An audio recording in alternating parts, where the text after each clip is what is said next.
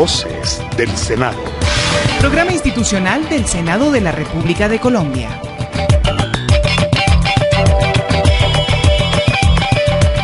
Hola, muy buenos días Colombia. Damos inicio a Voces del Senado, programa institucional del Senado de la República. Hoy sábado 10 de septiembre saludamos a los oyentes de la Radio Nacional de Colombia, quienes nos sintonizan en todo el suroccidente del país, en Pasto e Ipiales 93.5 FM, Samaniego 107.9 FM, Mocoa y Portasís 98.3 FM, La Hormiga 92.7 FM, Popayán y en el Tambo Cauca 90.1 FM y Bolívar 104.5 FM. Voces del Senado es una iniciativa de la mesa directiva en cabeza del presidente Óscar Mauricio Liscano Arango, primera vicepresidenta Daira de Jesús Galvis Méndez, segundo vicepresidente Iván Leonidas Name Vázquez, en la Secretaría General Gregorio El Hash Pacheco y en la dirección administrativa Astrid Salamanca Ryan.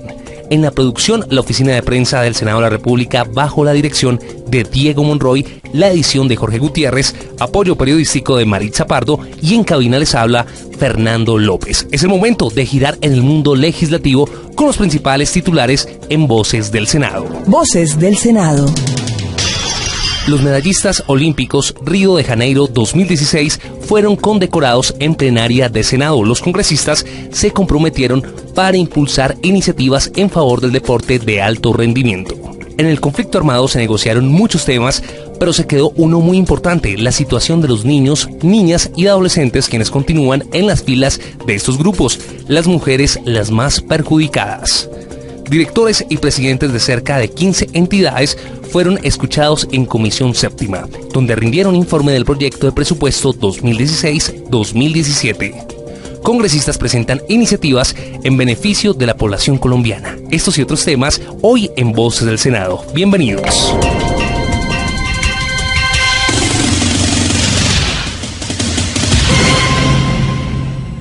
Voces del Senado. La plenaria del Senado condecoró a los deportistas olímpicos con la Orden del Congreso en el grado de caballero en agradecimiento a la destacada labor y alto desempeño en los Juegos Olímpicos Río de Janeiro 2016. El pesista Óscar Albeiro Figueroa tomó la palabra en nombre de sus compañeros y expresó su agradecimiento por el homenaje. Solicitó a los congresistas la colaboración para buscar programas de vivienda, generación de oportunidades de empleo en la administración pública y acceso a la educación superior para deportistas de alto rendimiento que en muchos casos no cuentan con los recursos suficientes. Hoy quiero, con el respeto que cada uno de ustedes se merece, poner a su consideración temas que, de ser tratados con la diligencia que ellos necesitan, van a contribuir a llevar el deporte a nuestro país por la senda que ya hemos encaminado los deportistas de alto rendimiento, de que cada vez que nos montamos en un podio internacional hacemos entonar las notas de nuestro himno nacional. Le urge al deporte la reforma a la Ley 181, la cual ya es obsoleta y no ha sido actualizada hace más de 20 años, lo cual no es favorable desde ningún punto de vista para los deportistas. Es importante que esta ley contemple aspectos como la edad de pensión para los deportistas que obtienen logros internacionales, la cual debe ser en el momento en el que el deportista obtiene su logro, pues que son casi o más de 20 años de sacrificio para obtener una medalla como la que en mi caso tengo. El número de salarios que la pensión debe tener no debe ser inferior a los 15 salarios mínimos legales vigentes. Otros aspectos que se deben considerar es dar prioridad a los programas de vivienda para los deportistas. Programas de vivienda que muy bien se vienen manejando desde el Ministerio de Vivienda y desde la Vicepresidencia de la República. La participación de los deportistas en las juntas directivas en los entes deportivos municipales, departamentales y de la nación es otra necesidad sentida por parte de los atletas, que paralelo a sus entrenamientos han ido formándose profesionalmente en las diferentes universidades del país, lo cual los cualifica para que sean tenidos en cuenta en los procesos de toma de decisiones y en las diferentes dignidades que hoy estoy seguro sabrán desempeñar. El presidente del Congreso, Mauricio Liscano, agradeció a los deportistas por haber superado todos los pronósticos y se comprometió a luchar por sus derechos. Hemos dicho que no puede ser que hoy Colombia sea una potencia latinoamericana en deporte, que hayamos ganado tantas medallas, en el presupuesto del próximo año se recorte los recursos para los deportistas y para el deporte colombiano. Acá nos vamos a poner en pie de lucha todo el Congreso de la República para defender los intereses de todos los deportistas, en especial los de alto rendimiento que le han dado tantas glorias y tanto ejemplo al país. Eso para la gente del común, ¿qué significa? ¿Qué le garantiza que no van a recortar? Significa que vamos a dar una pelea para que no recorten la inversión en deporte, significa que vamos a presentar una ley para que además de los incentivos que les dan a los deportistas que ganan medallas olímpicas, además puedan tener los deportistas educación superior, porque la plata muchas veces se acaba o se gasta, pero la educación nunca. Entonces vamos a presentar una ley para que parte de los incentivos a los deportistas medallistas olímpicos sea darles educación superior, como inclusive lo pidieron ellos mismos. Hay que reformar la ley de deporte, ya está obsoleta, yo creo que es importante presentarla. Ojalá Coldeportes la presente, acá la estudiaremos y la respaldaremos. Voces del Senado. La situación de los niños que han sido abusados sexualmente en el marco del conflicto armado fue analizada en audiencia pública con la presencia de delegados de entidades estatales como el Instituto Colombiano de Bienestar Familiar, la Defensoría del Pueblo, la Procuraduría y la Fiscalía General de la Nación. Asimismo, la Unidad Administrativa Especial para las Víctimas. Dicha audiencia fue presidida por el senador Orlando Castañeda del partido Centro Democrático, quien indicó que en el conflicto armado se negociaron muchas situaciones, menos la de los niños, niñas y adolescentes, quienes continúan en las filas de estos grupos, en ocasiones siendo abusados sexualmente, lo que es considerado un delito de lesa humanidad. Aquí hay un silencio total y me parece infame que no haya una solución sobre los niños, niñas y adolescentes. Y uno ve que en este instante hay muchas preguntas de las cuales no han contestado ni el mismo Estado, ni la misma guerrilla, ni los grupos al margen de la ley. Entonces es un momento crucial. Ahora, ¿cuál sería una propuesta? Que no juzgara un tribunal de paz esos delitos, que fuera la misma Corte Internacional. Eso sí sería excelente, porque estos casos son neurálgicos y le duelen al país. Y ahí le estamos haciendo el llamado. Por eso hoy invitamos Defensoría, Procuraduría, Fiscalía. Oye, díganos las denuncias.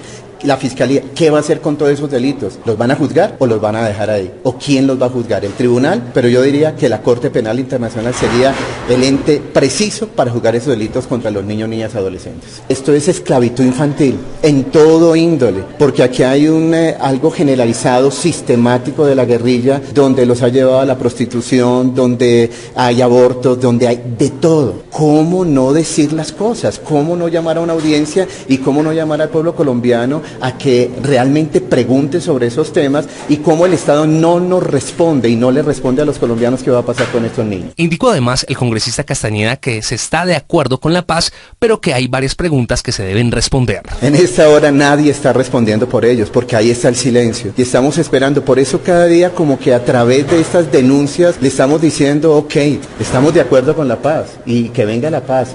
Hay unas preguntas sin contestar y por eso uno hace un alto en el camino. ¿Cómo uno no va a querer la paz? Pero que no se olviden realmente de lo que duele, que son niños, niñas, adolescentes. Definitivamente esto es con todos los grupos al margen de la ley. A esto no se le ha puesto como un tate quieto, como una solución.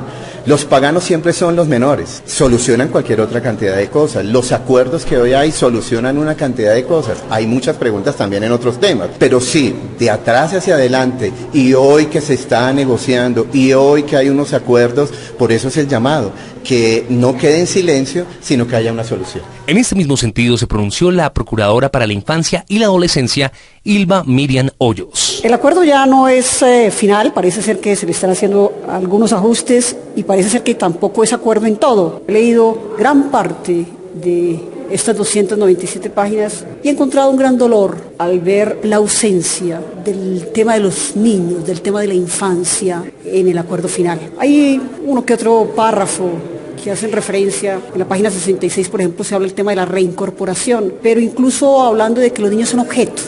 Los niños no son objetos, los niños son sujetos de derechos, son ciudadanos. El problema no es meramente de palabras, sino de inclusión. Mientras que el acuerdo se detiene a hablar de otras temáticas, enfoque de género habla más de 144 veces. De los temas de los niños es como tangencial. Durante su intervención, la delegada de la Defensoría del Pueblo, María Cristina Hurtado, resaltó que según estudios realizados por la entidad que representa, la violencia sexual es más recurrente en el sexo femenino. Además, aseguró que hay una alta relación entre reclutamiento y abuso sexual. Fue una investigación en el marco de la construcción de un protocolo de atención a niños y niñas víctimas de delitos sexuales que se hizo con la Procuraduría, con la Fiscalía, con Medicina Legal, con 4 delegadas en la Defensoría del Pueblo, y donde encontramos imaginarios y prácticas culturales e institucionales donde se legitima y se naturaliza el delito sexual sobre niños y niñas. Entonces, esto hay que mirarlo con mucho cuidado.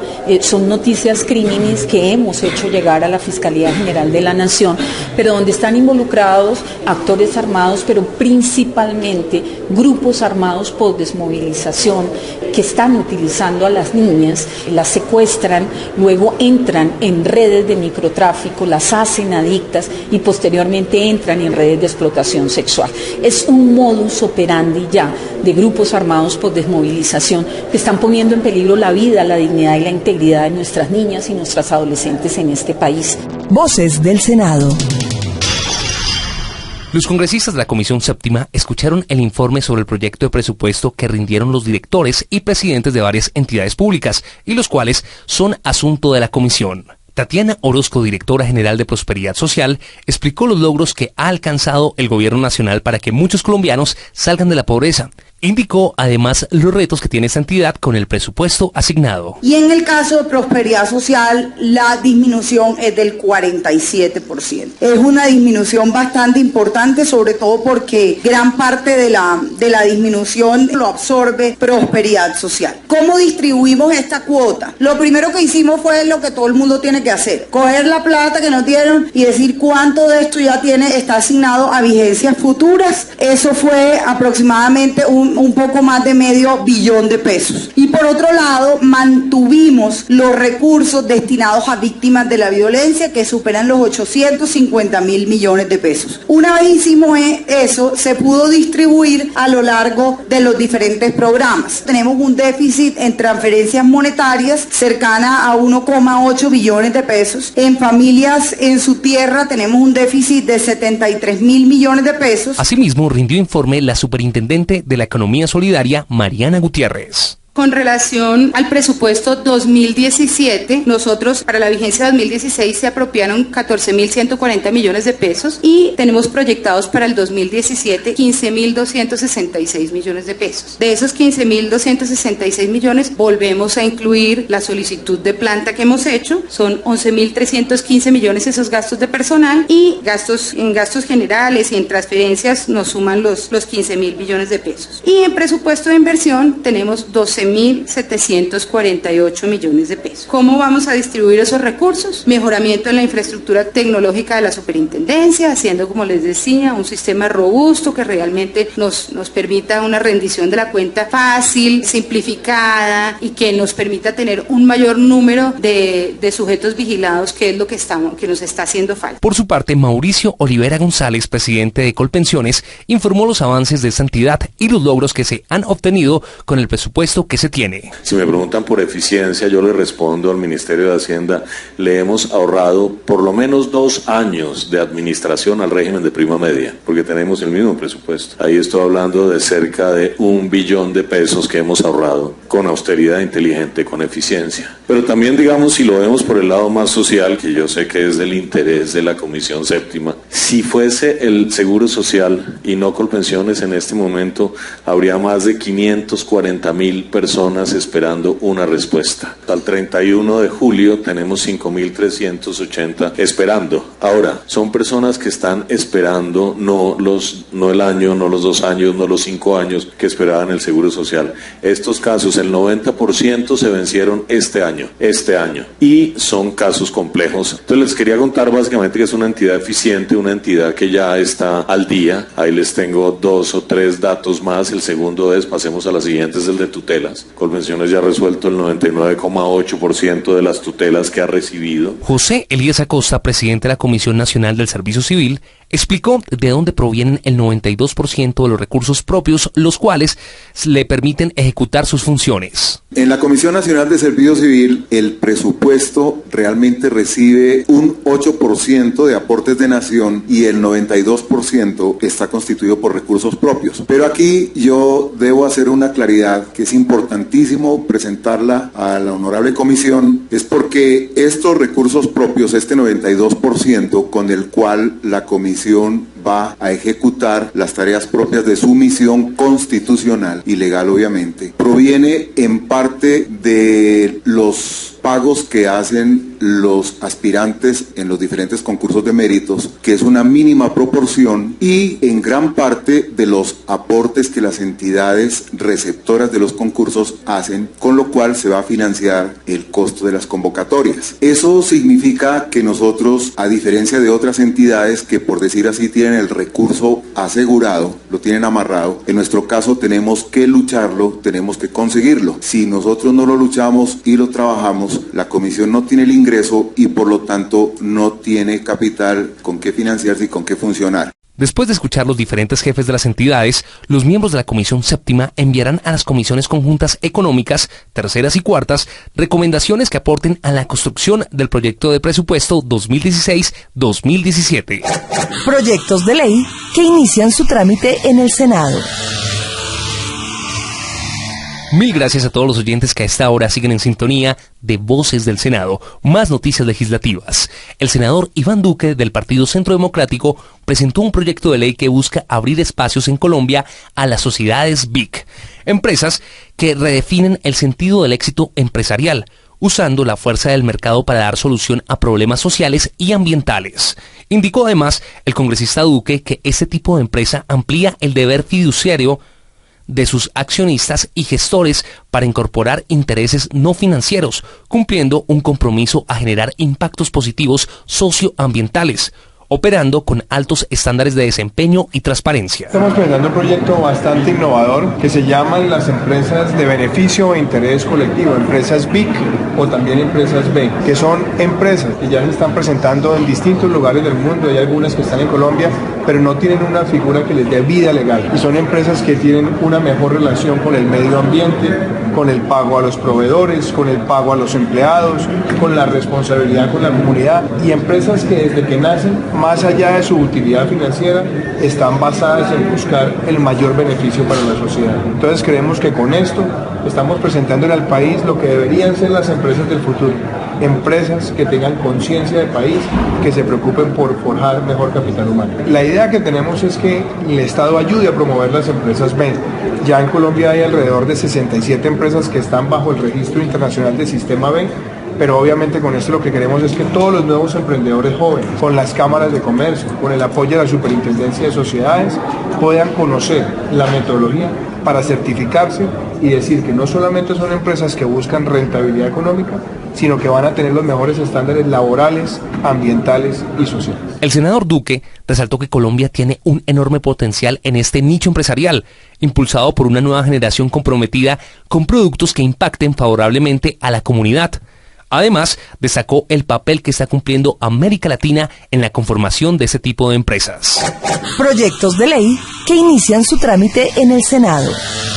Proyectos de ley que inician su trámite en el Congreso de la República. Un proyecto de ley que busca evitar la explotación ilícita de minerales en el país, radicó el senador conservador Juan Diego Gómez, quien puntualizó que con esta iniciativa se aumentará las sanciones, se fortalecen los órganos judiciales y se mejora los diferentes procedimientos que se deben hacer. Que modifican el Código Penal y algunas normas ambientales que aumentan las sanciones pecuniarias y aumenta también las penas de prisión para evitar que sean excarcelables. Esto hasta hoy no lo ha podido controlar el Estado y se ha venido generando una incertidumbre jurídica muy amplia a través de la Corte Constitucional en fallos reiterados sobre la posibilidad de modificar el Código de Minas o lo que era la Ley 1382 del 2010 o la Ley 651 del 2001 en torno a que requiere consulta previa para poderse modificar. Por eso se concentra esencialmente en resolver una parte del problema minero que es muy grande en todo el país, pero queremos que sea una solución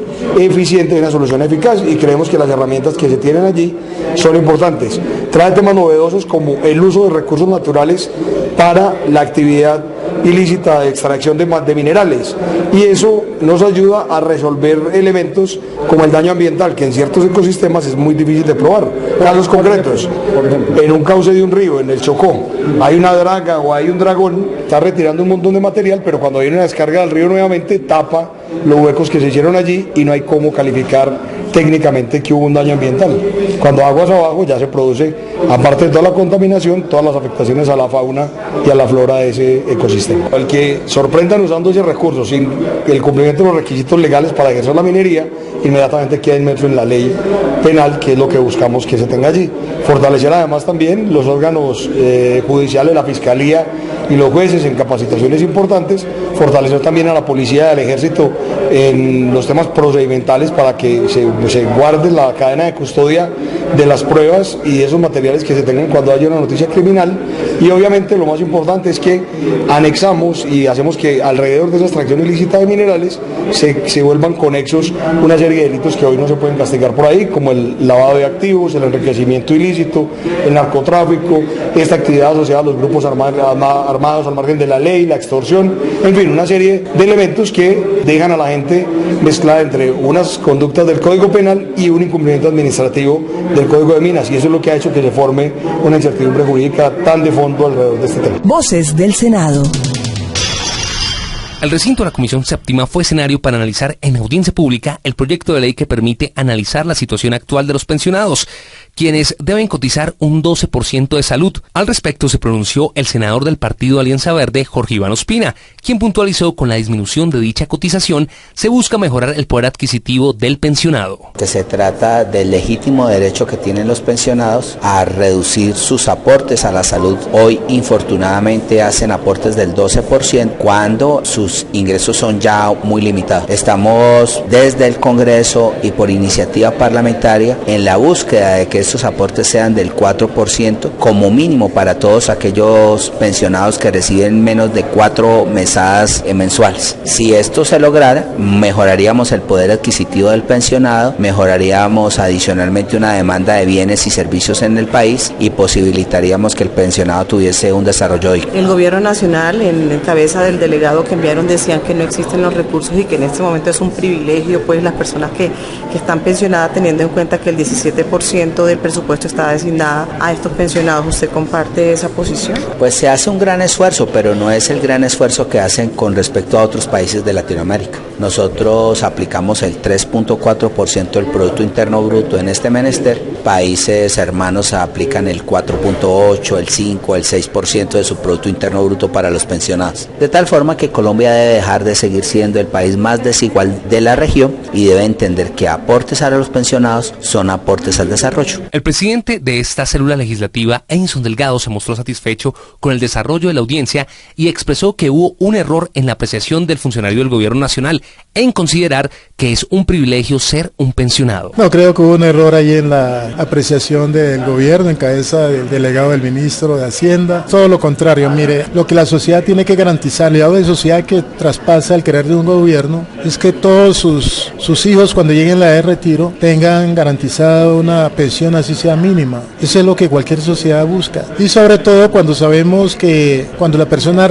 puede recibir esa pensión es porque a través de su vida le aportó a la sociedad, a la economía de la sociedad. Unos de manera formal que pudieron ir acumulando, ¿sí?, allí en una masa todos esos aportes, otros de una manera informal, pero que obviamente le contribuyeron a la economía. Entonces cuando uno hace inclusive hace un análisis económico, uno se da cuenta que si todos esos aportes directos o indirectos que se hicieron a través de su vida laboral, todas estas personas, esos que formaron una gran masa, si eso se ha manejado con buen criterio, pues tendríamos todos los recursos para garantizar una pensión a los trabajadores formales y a los informales en eso. O sea que por ese argumento yo no estoy de acuerdo. Yo creo que hubo una falta de apreciación, no sé, de parte del gobierno, pero no, el tema de los pensionados no es un privilegio, es un derecho. La persona se lo ha ganado a través de su vida laboral. Como resultado de esta audiencia se conformó una mesa de trabajo con todos los sectores con el fin de buscar una solución rápida y favorable en pro de los pensionados. Así lo ratificó la ministra de Trabajo, Clara López. Bueno, lo que hemos convenido con el presidente de la comisión y los integrantes de la misma, así como los presidentes de las centrales obreras y de pensionados que se acercaron a esta importante audiencia pública, es que la lógica es sentarnos a concertar